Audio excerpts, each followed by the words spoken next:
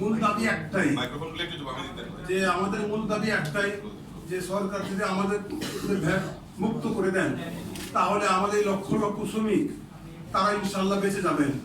আর যদি সরকার মুক্ত না করলেন তাহলে আমাদের এই লক্ষ লক্ষ শ্রমিক আমার মনে রাস্তা বসে যাবে। যখন এরা রাস্তায় বসে যাবেন তাহলে কি হবে বলেন? আমরা চাচ্ছি না যে আমাদের এই শ্রমিকগুলো রাস্তায় বসে যাক। সরকারের কাছে আমি আবেদন করব যেন সরকার আমাদেরকে এই ভ্যাটটা মুক্ত করে দেন, তাহলে আমাদের এই লক্ষ লক্ষ শ্রমিক এবং শ্রমিকের যার ফ্যামিলি যারা আছেন তারাও বাঁচবেন।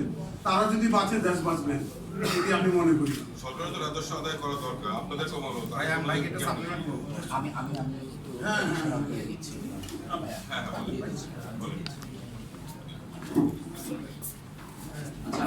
আমি ভাইয়ার প্রশ্নটা শুনেছি। ভাইয়া, আমরা কিন্তু সরকারকে কিভাবে দেশ চালাবে এটা পরামর্শদাতা না, আমরা ক্ষুদ্র ব্যবসায়ী।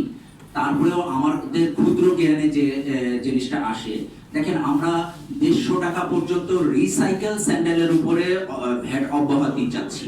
আমরা কিন্তু 150 টাকার উপরে চাচ্ছি না। একটা স্যান্ডেল 2000 টাকাও বিক্রি হয়, 1000 টাকাও বিক্রি হয়, সেগুলো 500 টাকাও বিক্রি হয়। 160 টাকার উপর, 150 টাকার উপরে, 151 টাকার যে জুতাটা আছে সেটার উপরে কিন্তু আমরা অব্যাহতি চাচ্ছি না। আমরা 150 টাকার উপরে, এবং ওগুলো আমরা ভ্যাট দিচ্ছি, 100% ভ্যাট দিয়ে আমরা বিজনেস করতেছি। এখন 150 টাকা পর্যন্ত কেন চাচ্ছি এই ইস্যুটাকে একটু ক্লিয়ার করি। সেটা হচ্ছে টোটাল জিনিসটা একটা ইকোসিস্টেমের উপরে গড়ে উঠছে, এটা একটা রিসাইকেল সিস্টেমের উপরে গড়ে উঠছে, এবং আমাদের যে দরিদ্র শ্রেণী আছে সমাজের তারা ব্যবহার করতেছে। দরিদ্র শ্রেণীর উপরে মধ্যবিত্ত, উচ্চ মধ্যবিত্ত, ধনী শ্রেণী যারা আছে তাদের জুতার উপরে কিন্তু আমরা ভ্যাট চাচ্ছি না, এবং সেই জুতাগুলোর মূল্যমান অনেক বেশি। 151 টাকা থেকে নিয়ে এটা কয়েক হাজার পর্যন্ত হতে পারে। সরকার তো সেখান থেকেই বড় একটা রেভিনিউ পাচ্ছে। সবচেয়ে বড় কথা, সরকার কিভাবে দেশ চালাবে, আমরা ক্ষুদ্র মানুষ, আমরা তো এত বড় চিন্তা করতে পারি। আমরা শুধু আমাদের ইকোসিস্টেমটাকে বাঁচায় রাখার জন্য বলতেছি, পরিবেশকে বাঁচায় রাখার কথা বলতেছি, আর কিছু না। ভাইয়া, আপনার কথায় পরিপ্রেক্ষিতে একটা বলতে, আপনি এরকম বলেছিলেন শিশু শ্রম হয় না। বাংলাদেশে মনে হয় কোনো কারখানায় লেখা থাকে না যেখানে শিশু শ্রম দেওয়া হয়। তো সব কারখানায় বলেছিল, কিন্তু আমার বাসাও কিন্তু পুরান ঢাকায়।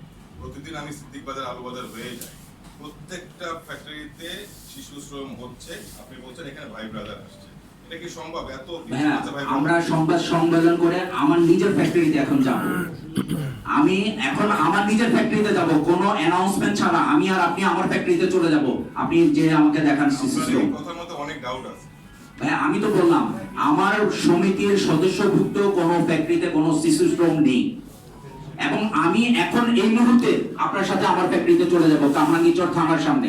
চলেন, এখন আপনাকে নিয়ে যাব আমি, ততটুকু সৎ সাহস আছে ইনশাআল্লাহ। চলেন ভাইয়া। 0174 6655 678।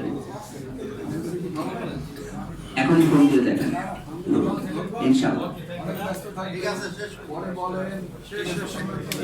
ধন্যবাদ। আসসালামু আলাইকুম ওয়া রাহমাতুল্লাহ।